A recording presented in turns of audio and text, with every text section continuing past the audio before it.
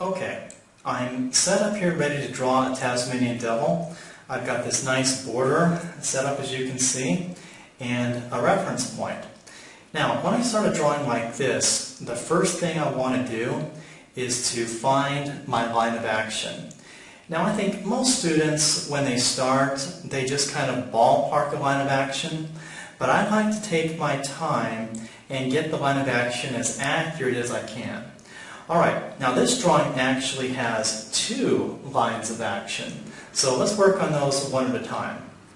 Now, the first one that I notice is that it crosses right through my reference point. Well, that's a great thing to see right away. And then if I wanted to, I could take my pencil like this, put it right on my reference point, and it looks like if I went straight across to the right until I hit my border right there, like that, then right here is where that line of action would touch. And so I'm going to put a little mark right there. So I have a mark here, right through my reference point, and another one touching my right border right there, as you can see. Okay, now my next spot. Now what I need to judge is space judgment. How far is it from this corner to the place where it touches on my top border? And if I make a judgment, I'm thinking it's about this far away. Okay, so I've got these three marks, here, here, and here. And I'm going to go ahead and connect those together. So I'm going to go ahead and start up here. I'm going to draw downward, drawing very lightly at the beginning. You just barely see it. And I'm going to draw right towards my reference point, like that, as you can see. Now I'm going to go over that just a little bit darker, so it's nice and visible. I'm thinking something like that. Okay. Now over here, my reference point is going to bend down a little bit, and then it's going to curve up and go right to that spot that I marked, just like that. Okay, now take your time on your line of action.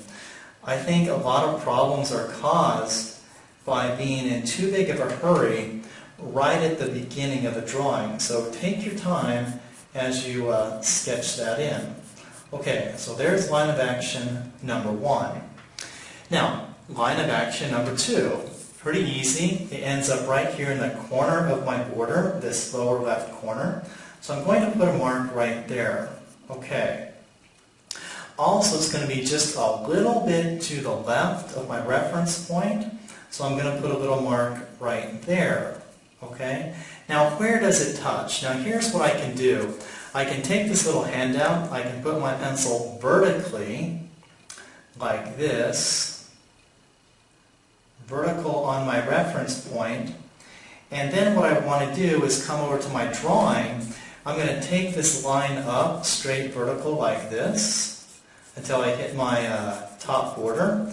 I'm going to take a look at that again and judge its distance.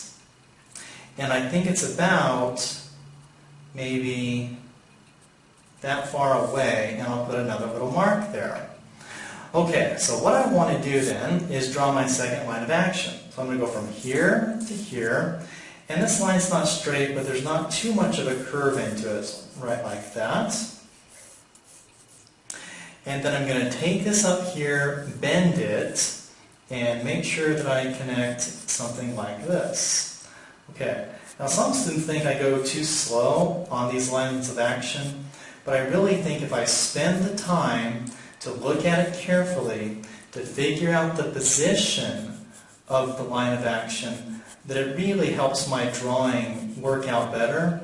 It saves time in the long run, and also I think I end up being a little less frustrated. Okay, there we go. Now, the next thing I want to do is his skull. Okay, so I'm going to mark some positions here. So I'm going to go about right here for the bottom of the skull. And when I say skull, I mean it's kind of that circle that I'm looking at. Okay? Now, if I want to take my pencil again like this and put it on the left side of the skull, okay, it's maybe about this far away. So I'm going to put a mark right over there. And also, I want to check the negative space. You know, how much space is there between my top border in the top of that circle. And I want to judge this really carefully. And if I really mess up on this first shape, it's going to create a problem for the rest of my drawing. So I'm thinking right in here is about where I want this to cross my line of action. And over here I think I'll put a mark about this far away. So I have about 4 marks that are right in here that show me where to draw this circle. So I'm going to go ahead, you can notice I've sketched it in really lightly already. Well, I'm going to go ahead and take a little more careful look at that, make it just a little bit darker so you can see it. I'm judging how far away it is from my line of action. And I want to make it nice and round. Nice circle, as you can see. I'm thinking something about like this. Now, what I'm noticing about this is that the right side is a little bit smaller than the left, so that's a good sign that I'm doing pretty well so far. Okay, so I'm sketching in the head of my Tasmanian devil using a circle. Okay, next thing I want to put in, I want to put in his snout. Now that should be pretty easy for me. It's going to touch the bottom of my circle about here. It's going to sit on my line of action, so I'll just kind of indicate that right here. It's also going to sit on my line of action over here. Okay, so I've kind of got the bottom of that snout positioned, like that. Then I'm going to come up this line of action to a spot that I think is about this far, and that's going to be the top edge of it. Okay, then I'm just going to connect those like this, sketching in very lightly. And notice how that's a real tilted type of shape as it tilts downward, as you can see here. I'm thinking something about like that. I think that looks fairly close to what I want it to be. Okay, so there's my snout for the Tasmanian devil. Okay, next thing I want to do, I'm going to position a shoulder joint. Now, I take a look at something I've already drawn, like this, this snout here. I'm going to make a mark for how close I want it to be, about right there, okay? And I'm just going to go ahead and just guess the size of it. I'm thinking something like this. And I want this circle that I'm drawing right here to pretty much be cut in half by my line of action. Okay, right there. Shoulder number 1. Okay, shoulder number 2. Now I have a question here. I would like to know where that shoulder is, the second shoulder, compared to his head that I already drew. Well, if I take my pencil like this and put it on the bottom of that shoulder, what I'm doing is I'm putting a mark right here on my head where my pencil is. And I'm going to take that across to the left. Okay, so that means that right here is where the bottom of his shoulder is. And this is the right spot for it compared to the head. Now, I then want to draw a circle that's the same size as this one and pretty much cut in half by my line of action. So right in here, I'm going to draw that like this. And when I'm working on a circle, if it's not totally circular and round when I first started, I rarely want to start erasing it. I just like to go over it again and again until it grows and becomes the right size and shape. So I'm thinking something about like that. All right, now the next shape I want to put on is relatively challenging. So what I want to do is I just want to work on it kind of one piece of it at a time. Okay, so this shape is the main shape, one of the main shapes for his face, and it's going to start right here on the snout. So I'm going to put a mark right here. I'm also going to put a mark right under his shoulder right here. Now I want to go nice and slow on that, so I'm just going to connect those 2 marks right away so I can kind of see where that is, getting the top of this shape. And I'm thinking about like this. I'll just sketch that in. and I'll leave that alone for a moment. Okay, then working on the other side, I can see that that line is going to cross his shoulder. It's going to be pushed a little more over to the right. So I'm going to put a mark right there. Okay, again I'm going to start it on his snout, inside his skull, right here. I'm just going to draw over, downward as you can see, and I'll put that, about like that as you can see. I think that looks relatively close. Alright, now the next thing I want to look for is, if I take a look at my handout, I want to look for the bottom of the shape, which is right there. And what I need to do is I need to judge my negative space from this bottom border to the bottom of that shape there. So I'm thinking of a distance that's probably something about like this. And I'm going to go ahead and put a mark across my paper for negative space. Now remember, the definition of negative space is a space or shape surrounding an object. Okay. Now, what about the side of it? Well, if I take my pencil and use my pencil again, and if I put my pencil like this, basically straight up and down, what I'm judging is how close that shape is to my shoulder that I've already drawn. It's about this far away. So I'm going to take this mark right here, and I'm going to bring it downward, down my page vertically, really light, like this. Okay, so that gives me a really good idea of how big that shape is. Okay, let's go ahead and sketch that in. So I'm going to sketch it in, bringing it over here and touching that mark that I made. Okay, and I'm going to go ahead and bring that down. I'm going to curve it, and I'm going to stop about right there.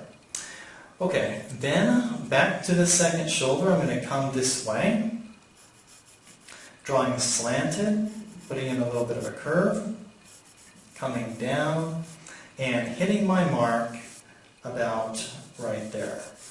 Okay, now I'm going to take a look at that shape a little more carefully. I'm going to draw over it a little bit darker so you can see it a little bit better. But that's a very important shape, and I want to take a real careful look at it. Okay, and I'll just draw over this a little bit darker. Now remember, when you're drawing your simple shapes, one of your goals should be to draw as light as you possibly can. And sometimes I kind of break that rule when I'm doing a demonstration like this here, because I need you to kind of be able to see where it is. Alright, now from here, I'm going to go ahead and draw in his mouth, and I'm going to put some locations for myself. It's going to touch his skull about right here. So I'll put a little mark there. It's going to touch his snout about right here. I'll put a mark right there. Okay. How far away is it from the bottom of this shape? Oh, maybe something like this. And I will put a mark here. And then it's going to extend outside of his body, maybe about this far. So I'll put a mark right there. So I like to know how big I'm going to draw something, instead of kind of guessing along the way. Alright, so I'm going to go ahead and sketch in this shape like this. I'm going to draw over, getting fairly close to my previous shape, like this. I'm going to start to turn it, and I'm going to run into my mark right there, and I'll stop there for a moment. Just going over that again. Okay, now down here at the bottom, it's not quite straight across. There's a little bit of a curve into it, so I want to get that curve. It curves upward just a little bit like this. Not very much. Coming out here, and then I'm going outside my shape, and I'll stop there for a moment. Okay, then I'll go back here. I'm going to slant down like this, roughly parallel to my line of action. Then I'm going to change direction, go downward, keep it curvy, and put it right there so that shape goes outside my previous one. Okay, and I'm feeling pretty good about that. Alright, I'm ready to work on some legs. Now, these legs have some stick figure construction, which I think is useful for a cartoon character. So that's what I'm going to do. I'm going to draw like the bone, which is in the middle of the shape. So I'm going to draw like this, here at the bottom. Then I'm going to extend it outside my shape, maybe about that far, and I think about right here I'm going to stop. I'll put a little mark there. Going back to the other side, I'm going to continue. I'm going to extend outside the shape, maybe about that far, and I'll put a mark there. Okay, now when I draw this knee right here, it's a circle. It's a little smaller than his shoulder, and it's pretty much cut in half by my line of action. So if I'm going to sketch it in like this, I'll just draw it really light at first. If it's not the right size, I won't erase, I'll just keep going over it till it's about something like that. I think that looks about right. Okay, now I want to draw the two knees at the same size. So when I draw this one over here, which I've already checked its position, I want to draw it about the same size. So I'll draw it in, I'm thinking something about like that. Now when I compare those two shapes together, I think that's about right. Now, did you notice that one knee is a little lower than the other one? And if you're noticing that, that's a good sign. Okay, let's do some connecting. I'm going to connect from the bottom of this knee up to this body shape, about like that. I'll just continue over and connect down to the bottom of this knee, like that. Okay, and then I'm going to go ahead and draw upward for the top of that thigh, and I'll draw this up here like this. I'm thinking something about like that. I think that looks pretty close to where I need to be. Okay, and then I'm going to go ahead and connect this way too. Now this one's a little different. It's going to come up and see, I'm going to go ahead and connect it to his shoulder about right there, so I know where I'm going. So here's how I do that. I'm going to draw upwards. I'm going to get very close to my previous shape. Move a little bit away from it. And I'm going to go up, keep on curving, and connect to my mark, as you can see. Okay. And I think that's looking pretty good. Now, while I'm at it, I think I'll finish up here.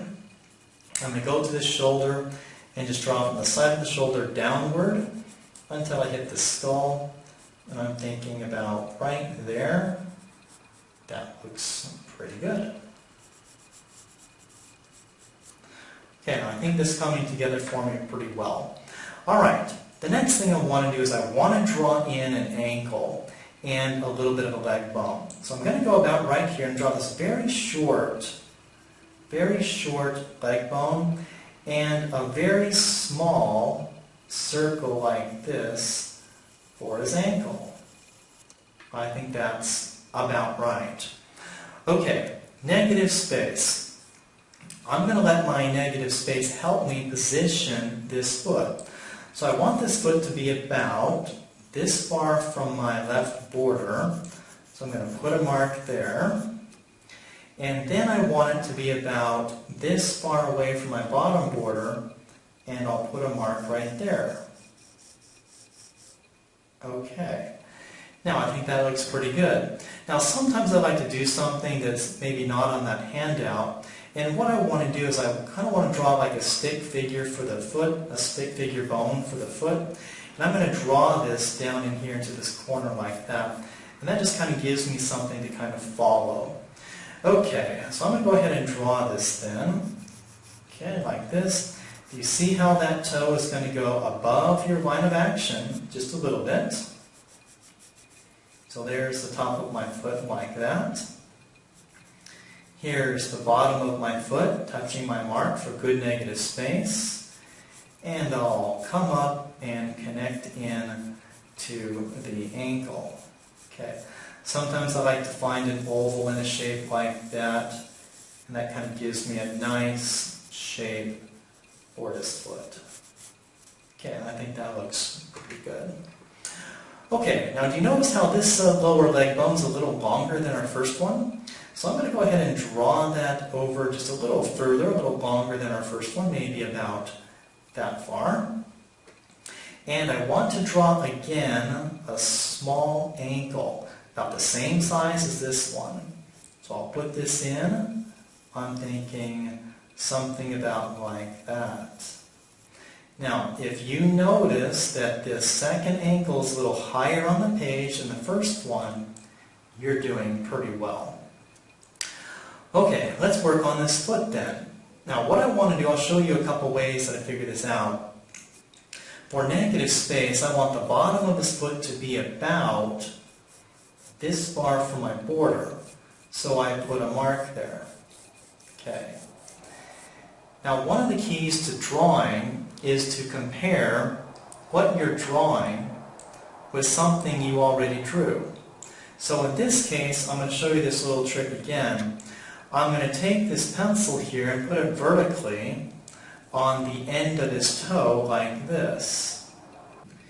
It looks like the toe lines up with the shoulder. Okay, so what I do then is I'm going to go right to the shoulder. Looks like it lines up pretty much right with the edge of it, and I'm going to bring it down with a vertical line.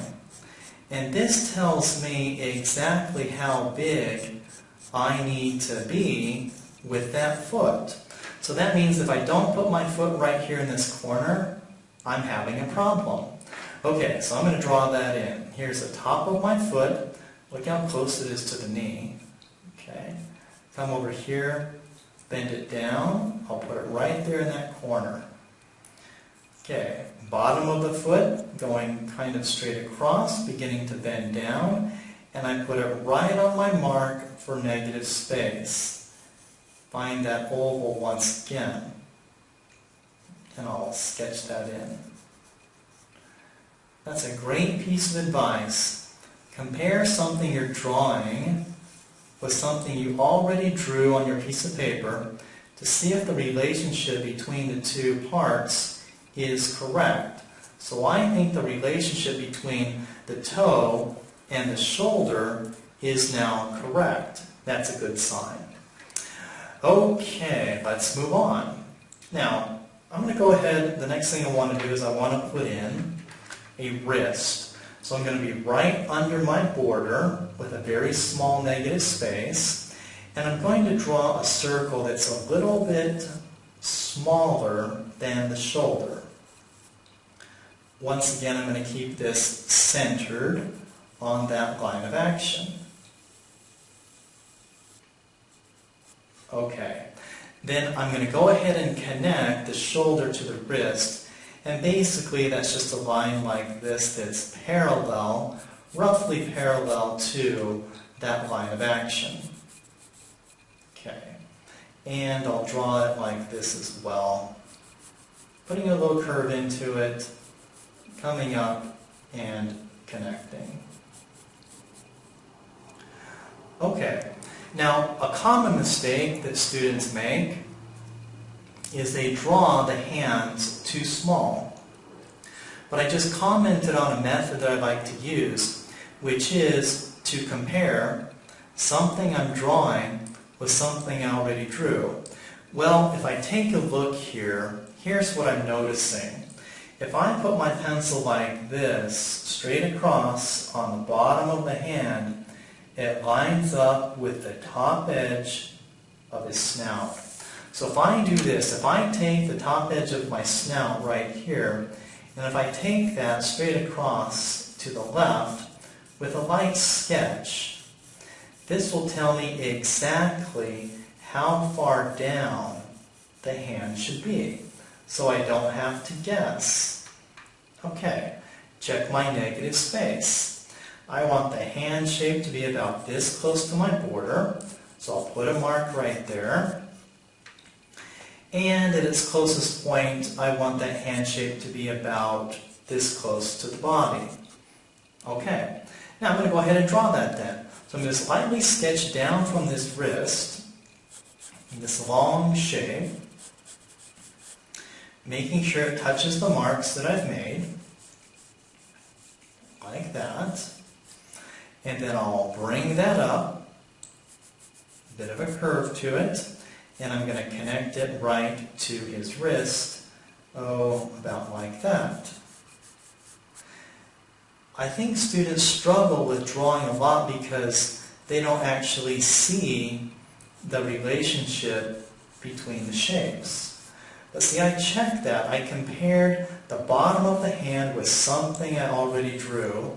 I saw that it lined up conveniently with the top of the snout. So if I put that hand shape straight across, that means I'm having a good relationship right there between those two shapes. Okay, now the next thing I want you to notice is I'm going to draw this thumb. Now what I notice is that the bottom of the thumb is a little lower than the top of this shoulder. So I'm going to put a little mark about right there for the bottom of his thumb. So that means if I don't draw the thumb, the bottom of the thumb right here, I'm confused. The thumb will not be correct compared to the shoulder. And that's what drawing is. It's learning how to see the relationship between sizes, spaces, and shapes. Okay, so I'm going to draw that thumb this close to that shoulder. I'm just going to sketch in this thumb like this. Here will be the other side. I'll just leave that there for a moment. Okay, then I'm going to come down off the wrist. I'm going to drop down, come across a little bit. I'll bump up a little bit, and that will give me the top edge of my thumb. Okay, then right here, I think, the hand shape is going to cross about right there, and I'll draw that as a curve right over there about like that. I think that thumb might be just a little bit thin. I'm going to adjust it just a little bit right there. Okay, let's move on. And, try not to get tired near the end of your simple shapes. You want to be as accurate as you can, even at the end. Now, I'm going to take a look at this line of action again. I'm just going to darken it in a little because I'm going to be referring to it like that. Okay, I want to locate his wrist. So I check my negative space. How close is that wrist to my border? I think it's about that far away. And of course, it's a little smaller than his shoulder, so if I make an estimate of about like that, that's about the right width for it. Okay, now do you notice how there's a little more of it above the line of action and a little less below? So when you draw your circle, you want to push it up just a little bit like that. Okay, good. Now, that is a very unusual hand shape, and I'm going to show you what I'm going to do to position that. Okay, first of all, it's going to be really close to my border somewhere here, so I'm going to make a mark for negative space. Okay? Now, if I would like to use my pencil method again, I can go like this. I can put my pencil straight across horizontal on the bottom of the hand, and it looks like that it lines up with the top of the foot. Not the top of the toe, but the top of the foot. So the top of my foot's about right here. So if I bring that over to the right, it's about like that. Okay. Then I can ask myself this question. How much negative space is there between this toe and the edge of that shape there? And if I go ahead and mark that, maybe something about like this,